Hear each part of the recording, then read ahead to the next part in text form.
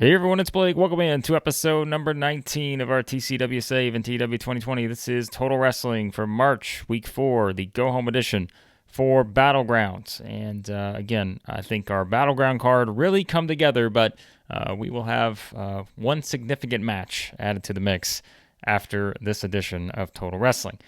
We'll get to that in a few. Let's start with none other than our challenger for our World Heavyweight Championship match at Battleground, Freddy Huggins, and this is a pre-tape promo. So we've got kind of a pre-tape here. Think, 80s Saturday Night's main event style, if you will. I guess AEW Collision using that these days, kind of start the show. So we're kind of using that here. And of course, Freddy has called in Kyle Rhodes because, he's got to have Kyle Rhodes for this pre-tape promo.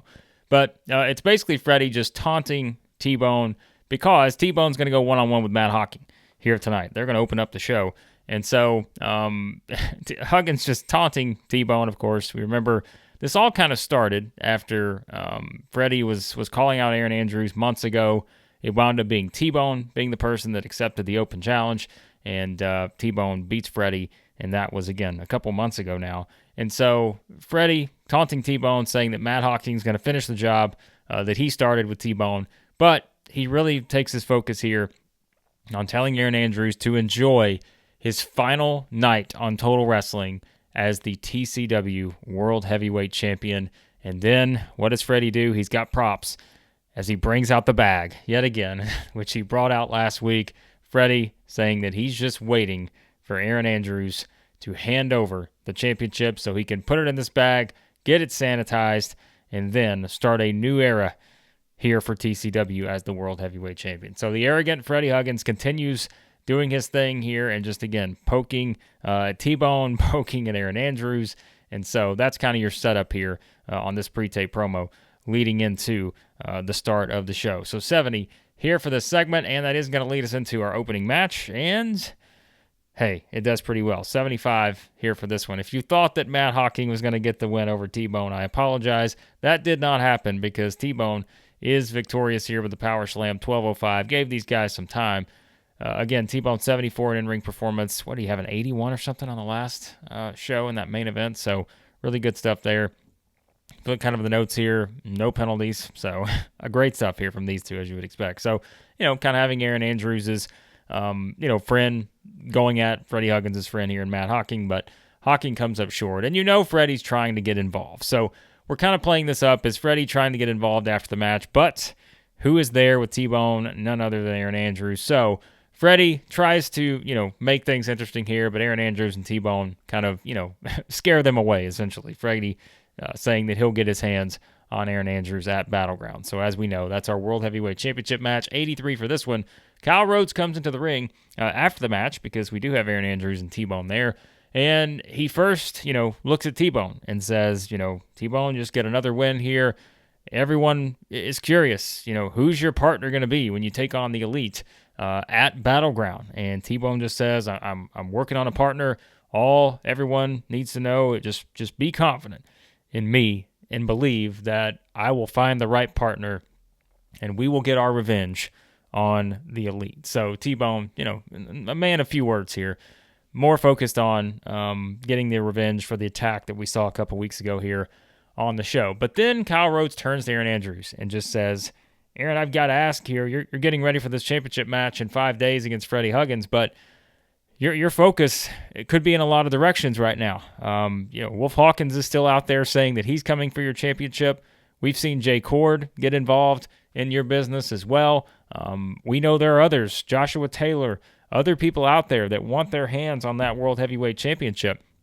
How are you feeling heading into this match with Freddy Huggins? And, Aaron Andrews, the ace here, just says, Kyle, I understand, and, I can certainly, have my fun with Freddy Huggins, but at the same time, I know he's capable of giving me a challenge. But as I said to him last week, and the same goes for Wolf Hawkins, Chord, Joshua Taylor, anybody else who wants to get their hands on this TCW World Heavyweight Championship, they've got to beat me for it. And that's all it comes down to. No one's been able to beat me. And that's all that matters. You have to take this championship away from me. I'm not going to hand it over to anyone. I'm not going to lay down for anyone. So Whether you're the syndicate trying to beat me up, keep me out of action, I always come back stronger, and that's why Freddy Huggins will know exactly what I mean by that when I step into the ring with him at Battleground. And if anyone else wants a shot after that, I'll be waiting for them. So, again, Aaron Andrews, your typical babyface promo here, making it clear he understands he's got a lot of people out there that are gunning for him as the World Heavyweight Champion, but he's focused on Freddy Huggins here, and he'll worry about anyone else should he defend the title successfully against Freddy. So 83, good segment here as we play up 2 matches for Battleground.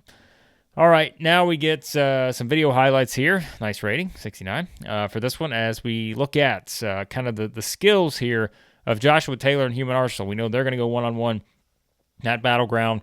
One of these matches that certainly feels Clash of Champions-esque, where not necessarily a lot of build-up, any build-up outside of this package here and the announcement last week, but we're just kind of pushing the wrestling here because we try to keep that, as part of the focus, even though we are doing a lot of storylines and angles. It's still about who's the best wrestler, and that's kind of what we're coming down to here is the old school style of TCW. So looking at the skills of Joshua Taylor on this big winning streak here, just sort of how he's beaten his opponents.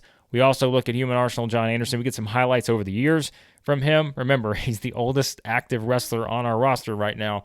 And so we are kind of pushing that here, just the experience of Human Arsenal and what he could do to stop this winning streak of Joshua Taylor. So really just playing that up here, heading into a big one-on-one match for these two, leading into, at the Battleground pay-per-view. So 69 for this one. All right, then it's Ed Stone. Oh, my goodness. Wow. All right, well, that's not good. So Mark Speed has now a broken neck, so I don't think Mark Speed's going to be wrestling anytime soon. Our first significant injury here in our save. So I guess we're basically 3 months in. First time we've had a significant injury. I was just talking about Mark Speed on last couple episodes. I'm like, man, this guy, he's a good worker. He's not 40, which is unlike most of the roster, and he gives us some good matches. Well, he's going to be out a while with a broken neck. 66 for this one. Now the big story is going to be, is Ed Stone the reason for the broken neck? Because if so, we're about to have some backstage drama. 9:49 in the match here. Party's over. Well, boy, that's a shame. Party is kind of over for Mark Speed right now with this broken neck. So, wow, not good. Well, at least maybe let's just see if it's going to be... Okay, so it wasn't his fault. Apologies to Ed Stone. I didn't mean to, put him in as the culprit here, but it wasn't his fault. But we'll get to Mark Speed's broken neck after the show. I think we know he's going to be out for a long time. So good mid-card heel that we have to replace there in that. But Ed Stone gets a win. Ed Stone rolling right along here, back on track after the loss to Freddy Huggins. 43 for this match here between our tag team champions and Seth Whitehead and Duke Freeman. Duke making his debut here on Total Wrestling as one of our MAW guys also. So Seth Whitehead, as we said, we've called up to the main roster to have some space for the signees that we had there. But, this match, look, it's just keeping our tag team champions in tag team matches, even though we know that it's going to be Tana and Eddie Pete going one-on-one at Battleground. So we're just kind of put these guys in sort of an exhibition match here, and that's kind of the story here, playing that up. Kyle Rhodes does let us know that, if you're expecting Eddie Peak, he's heard that the Center Society is not in the building here tonight, as apparently they are having a very important sort of get-together. Call it a Centers meeting, I guess you could say. And so Kyle Rhodes kind of pushes that on commentary here, that he's heard that the Center Society not here, as they are having a very important sort of group meeting, apparently. So we'll see what that's about. 43 for this one. Not great for our tag team champions to be involved in this nonsense, but we did do storytelling as the aim, so they had to hold back, and that hurt a little bit. And, of course, declining physical ability for Tana, and just the inexperience of these two guys. So it's fine. I hate that I have to put my tag team champions in there, but we need to give them a little action here. So, all right, 74 for this segment here, as it is, once again, kind of continuing the highlights. We've done this the past couple of weeks, continuing the history with Doc Hammond and One Man Army, the former New Wave tag team here. So we're just looking at sort of important, points in their history as a tag team. And now we kind of finish up where we've kind of gone through the history of these two. And this last sort of video segment before the match between them at Battleground is sort of looking at what happened at the war to settle the score. These two just fighting each other and neither really giving up, just continuing to go at each other. And so really playing up that this is essentially about survival between these two and just the history involved there. So that is kind of your setup leading into that match, which again will take place at Battleground and should be a lot of fun, I think, there. 74 for this segment. All right, luckily nobody breaking any limbs in this one as 59 match here.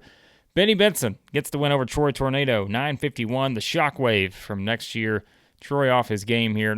Neither of these two, my goodness. Benny Benson with a 44 in-ring performance. Oh, my, that's not good. But we know both of these guys are declining physical ability. But the real reason here is we tried to go all out with Benny Benson. Was it a good idea? Of course not. But we had to have something on this show that was a wild brawl. And in all honesty, this was really just kind of the setup that we needed to get there. So, this was just one of those things where we had to have it in some match, and quite honestly, this was really the only match, and we just played up kind of the brawling aspect. These two, Benson's been on a tear here recently, given all the Youngman stuff and everything. So, yeah, this was not ideal to do that, but we still get a 59 out of it, so we'll take it.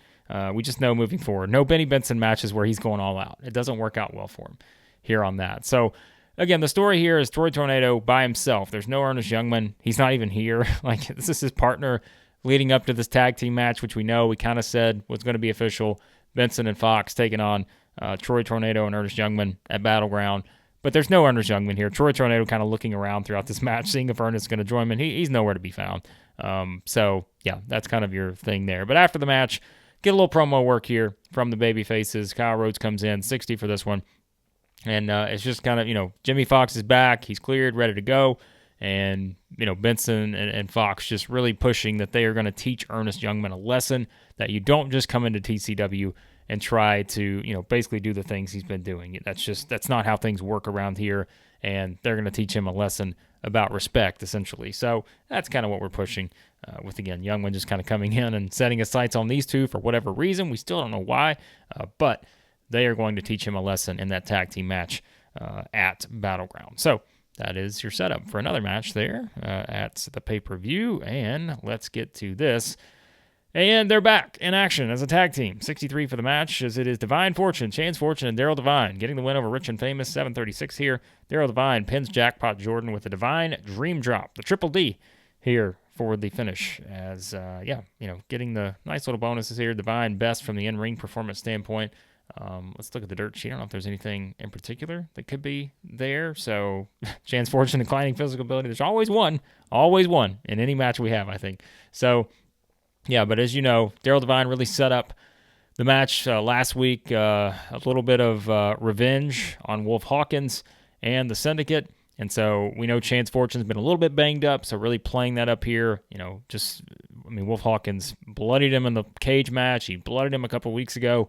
But Chance Fortune able to make it out here for this tag team match, and they get a win over Rich and Famous in this one. So after the match, Divine Fortune are there, and it's worth noting that they are in the ring celebrating. They've had some people with them ringside because, again, they know what's been happening. And so T-Bone and One Man Army are kind of in to celebrate with Daryl Divine and Chance Fortune here. And this gets a 69 because we just have too many people in there. Come on, if we just had Wolf in here, we know it wouldn't be like that. But then we kind of see from afar, these guys are up in the crowd. They're not, ringside or anything like that. Then we see Wolf Hawkins, Doc Hammond, Eddie Chandler, and Nate Johnson watching from afar. And the most important point here is that Eddie Chandler and Nate Johnson are like salivating. They are like a pack of dogs here, ready to go at T-Bone, but you can just kind of see Doc Hammond holding them back and Wolf just sort of standing in front of them here as they look at everyone in the ring, because we know what the setup is. It's Wolf Hawkins, Daryl Divine. Essentially, Divine challenged him, told him to meet him in the ring. Wolf hasn't given an official answer yet, but you guys know I'm not going to advertise that and not have the match. Doc Hammond, One Man Army, and then, of course, Eddie Chandler and Nate Johnson and T-Bone, who we don't know who's T-Bone's partner is going to be just yet. So that's your setup here. Wolf taking the sort of cerebral approach, I guess you could say, just sort of standing back a bit, and they're not attacking this week after these two get handcuffed last week. And so Wolf watching from afar very intently after Daryl Devine attacked him last week and sort of, got the upper hand on the Syndicate, which we don't see very often as Daryl Devine sort of outsmarts the Syndicate last week. So 69, as we said, for this one. Wolf, the real star. But that's kind of your setup for multiple matches here leading into it. And again, a very intriguing one with Wolf Hawkins and Daryl Devine. So, all right, now we get to Bart Biggins, the man with all heart, with the edge. Bart Biggins himself gets a win, 56 over Jeremy Courtney, 829 in this one. So, yeah, Bart, not a lot to add on this, giving Bart another win, a little bit of a streak here going into the TV title match. We know he's going to challenge Greg Gage for that television championship at Battleground, and so that is something that we are, really pushing here. And can Bart Biggins get it done? Can he go from being the has-been that everyone's called him to finally winning singles gold here as the champion, and as the TV champion? That's what he's going for here. So that's what we're pushing here for Bart Biggins. Now, after the match, Greg Gage has made his way out. He's in the aisleway holding that television championship. We've seen him do this multiple times now with opponents, just sort of taunting his opponent right before the match. And so Greg Gage taunting Bart Biggins in the aisleway, 76 for this one. But you see someone else there. As Greg Gage is taunting Bart Biggins, that is when Jay Chord makes his entrance for the main event. And it is going to be Jay Chord going one-on-one with, should we just call this guy main event Elliot Thomas now? Is that what we're doing? So, no. But Elliot Thomas back in the main event. He's the opponent for Jay Chord here tonight. As we said, Jay Chord had to wrestle tonight due to a contract thing. So that's going to be his opponent. But Jay Chord making his entrance here, and he's kind of standing beside Greg Gage as they look at Bart Biggins, which, remember, what kind of set part of this off was that Jay Chord refused to wrestle Bart Biggins. That was one of the things that sort of set in motion everything that's led to this point. And so Biggins is there, and he's kind of jawing back and forth with Jay Chord, also jawing back and forth with Greg Gage. And eventually, Biggins, not an idiot here, decides to, essentially get out of there as Jay Chord makes his way. He sees kind of a 2-on-1 situation. Greg Gage heads to the back. And so Jay Chord now in the ring for the main event, as he is going to go one-on-one with Elliot Thomas here in Jay Chord's first match in a month because he's refused to wrestle. And so let's see what happens here in the main event and in a 75 match, which I didn't think would be, I didn't think it'd be Wolf level. Not to say Jay Chord can't get there, but just doesn't have the popularity just yet of Wolf. He's getting there, though. Jay Chord gets the win over Elliot Thomas, 749 here. Super DDT does it. I like the Super DDT. I don't know what that is, but it sounds impactful. 88 in-ring performance from Jay Chord here. If we look at the dirt sheet, probably Elliot Thomas. Yeah, poor momentum and inconsistency. Even the main event matches for Elliot Thomas not working out too well. So, here we go. Perhaps what you've all been waiting for. 75 for the match, as we said. Jay Chord gets the win. After the match, Jay Chord is, you can tell he's frustrated because he's looking around and he's holding his hands up because you remember what Kyle Rhodes said last week. He said, your opponent for Battleground will be in the building this week. Well, we still have no development on this. We don't know who it's going to be. And so Jay Chord looking around, and he points over at Kyle Rhodes and tells him, get in the ring. Get in the ring. And so Kyle Rhodes kind of hesitating here, and you can even see the other members of commentary hey, hang on a second, Kyle. There's something going on with Jay. I would not go in there. And Kyle Rhodes just decides to walk into the ring, and so we've got Jay Chord and Kyle Rhodes here in the middle of the ring, 83 for the segment. And Jay Chord just says, where's my opponent? You said he would be here in the building. Where is my opponent? I've been waiting around all night to find out who my opponent is. Not only do you force me to wrestle this week, but you won't even tell me who my opponent is when you said last week I would know. You said he'd be here. I don't see him. Where is he at? And Kyle Rhodes goes to respond, and Jay Chord's like, enough. I'm not listening to you anymore. I'm not listening to you run your mouth. You and the powers that be at TCW are not going to control me anymore. I said weeks ago, if you don't give me competition, there would be consequences, not just for TCW, but for you. And that is when Jay Chord says, I'm angry, and maybe you are the competition that I've been looking for. And Jay Chord takes a step forward, about to put his hands on Kyle Rhodes here. He is back Kyle Rhodes into the corner. And everyone is just like, oh no, is he about to do this? And before Jay Chord can get his hands on Kyle Rhodes, the crowd erupts because they see someone making their way from like the opposite side, ringside. He's not coming from the back. He's coming from the opposite side, essentially from the crowd. He hops the rail, slowly walks up the steps, and Jay Chord is hearing the crowd just go into a frenzy here as they realize who it is. And Jay Chord slowly turns around and finds himself face to face, corner to corner here with the newest member of the TCW roster. It is none other than someone else that's angry, and his name just happens to be Angry, as it is Angry Gilmore, who has arrived, and he goes face to face with Jay Chord. Kyle Rhodes backed into the other corner, but Angry Gilmore walks towards the middle of the ring. Jay Chord walks towards the middle of the ring, and these two are face to face here as we go off the air for this edition of Total Wrestling 83 for the closing segment here. Let's look at the gimmick changes as we went with Arch Competitor as the gimmick for Angry Gilmore.